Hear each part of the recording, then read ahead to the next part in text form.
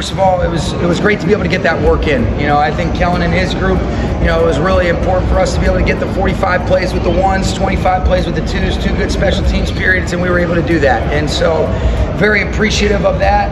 I thought it was good competitive work on both sides, and and we got something out of it. And we'll look forward to diving into the tape. But this was important, especially because of the way that we approached the preseason, and was very pleased with our players. Real credit to Kellen and his group, and Staley and Coach Nuss and them. To be able to do a great job. And I thought it was some really good looks that we can learn from. So, with that being said, I'll ask your questions. Except for Gary, you can't ask any. Hey, Coach. Obviously had a lot of success last year, but they didn't get camp and a lot of Yep. games together. How does team connection go? We were literally just saying that, Sarah. It's awesome because obviously you could see about midway through the season they got really comfortable, but you don't take for granted how important that rapport is. And no matter how great you are, you got 2 great players. You got to be able to get those reps and repetitions. The mother of learning. They got a great feel. I think today was a really good day. For those guys. Being able to connect against tight, sticky coverage, and it's been awesome. But they're 2 outstanding people, outstanding players, and it's really fun to watch them kind of take some ownership and even just kind of be a fly on the wall and listen to their dialogue and what they're thinking. And I love what I've seen from those guys. Coach, plan to have some kind of a shorter, faster practice? It was, and that was really because they had just gotten a lot of work on that Tuesday. They had some guys that were a little bit banged up. We were originally scheduled to be able to get like 48 plays in a team period in a 2-minute with our first group.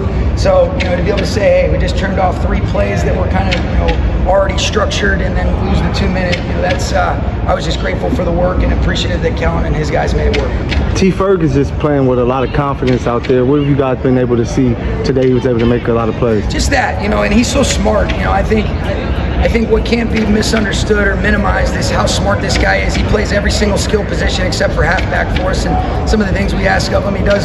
Some of the roles we ask of our backs, and so he's done a great job. I think he's got great leadership in that room with guys to be able to learn from, with Scooter, with Higbee, with Coleman, or with Colby Parkinson, and it's that repetition. And when you're conscientious like he is, and you're able to be coached, and you're secure enough to be accountable for where you can grow and stay humble when things go well.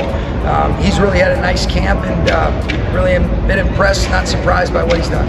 Looked like Steve Curl and some of the Warriors coaches were out here today. Yep. Did you meet with them, or were they just I will observing? once you stop asking me questions. So Steve's a guy that I've been friends with for a while, Gary, and I love everything about how he leads, how he enjoys it, how he stays connected with his players. He and Frank Vogel are out here today, and I'll look forward to connecting with those guys after this. But it's really cool to be able to share. We've gotten connected through mutual friends, and everything that he's about and the way that he feels like he's in it with his players, and just the caliber of human being that he is. I've learned a lot from Steve, and I'll look forward to connecting with him after this.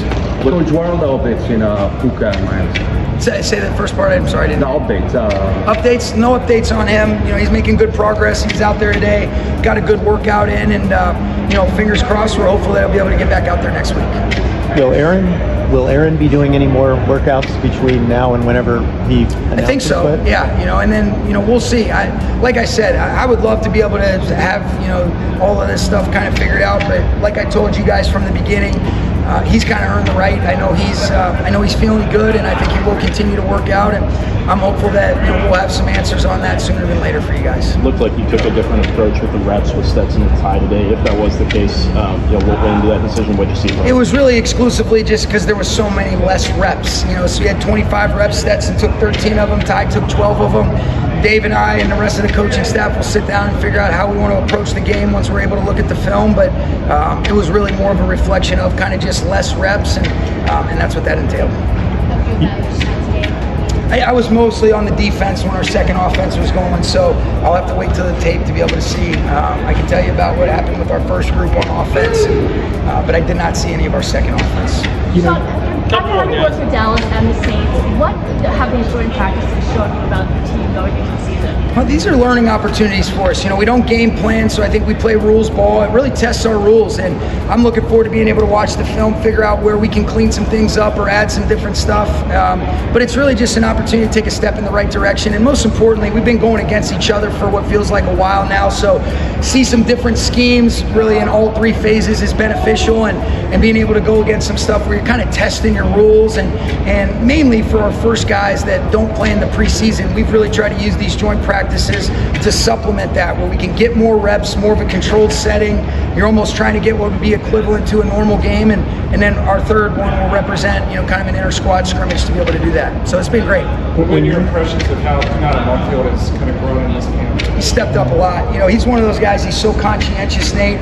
Gave him a couple things, Rob Calabrese and Yarbs and Robert Woods, they talked about some things to be able to take his game to another level, and he's done that. And in Puka's absence, obviously we know how special Puka is, but I think both Mumph and Jordan Whittington, do a good job of being able to kind of just step up and show how valuable they are. But he's a sharp, savvy route runner. He's wired to be able to separate. I think he's catching the ball really well, and then he does a great job of competing without the football, which is super important for us. So I love everything Mumph's about. With Keegan now injured and then potential suspension for Alaric, what is kind of in the conversations, preparation like for those backup offensive lineman roles like? We just try to stay in the moment. We'll see, about some of those other things, and we'll see about Keegan. We're hopeful that he'll be able to return before the first game, but if not, I think David Questenberry's done an amazing job. Alaric's had a really good camp, as has Warren McClendon, and that's a positive thing for us. But Trost, that I feel bad for Keegan the way that happened, but that's a temporary setback. He's a mentally tough, resilient guy. He'll be back, and I really felt good about the depth that we had at tackle. Obviously, you get a little bit thinned out when you felt good about those four guys. If you include Keegan into it, but we got some other guys that we're going to continue to evaluate, and we'll see, and we'll just take it a day at a time. Hey, Rob, Gary, you got one last one? No.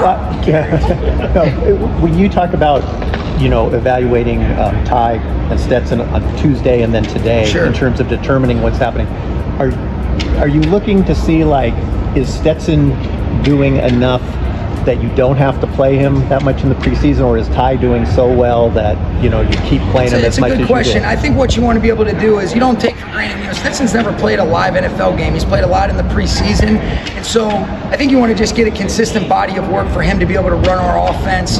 And I think some of the things that his game can really come to life might not necessarily be felt in these practice settings, because he's got those legs where he can really be able to create off schedule some of that stuff while playing within the rhythm and timing. But then the beauty is, all right, if one or two aren't there, pocket collapses, you got great athleticism. So it's really more of just continuing to evaluate him and getting him, a chance as a young player. Haven't really kind of gone into too much depth, but I did think even when you just say, all right, looking at last week, Ty did a great job. Stetson did what he could. I think it is important to be able to get kind of a fair opportunity for those guys to run the offense with enough snaps. But more than anything, it's just playing real live football for a guy that hasn't played a lot of it other than preseason games. Okay? Thank you, guys. Coach. This team gives us plenty to talk about, plenty to believe in, and yeah, sometimes plenty to worry about too. But that's what makes being part of Rams House so special. So if you enjoyed the video, hit that like button and let me know in the comments what you think. I genuinely want to hear from you. And if you're a real Rams fan and you believe this team can make a serious run and bring a championship home, subscribe to Rams House Daily. We're still a new channel. Jake here, and we're trying to build this community from the ground up. We've got our eyes, 1,100 subscribers, and I'd love to have you with us on the way there. Let's build Rams House Daily together. One video, one debate, one crazy Rams moment at a time. I appreciate every single one of you who's already here. Thanks for watching. Stay proud, stay loud, and as always, go Rams.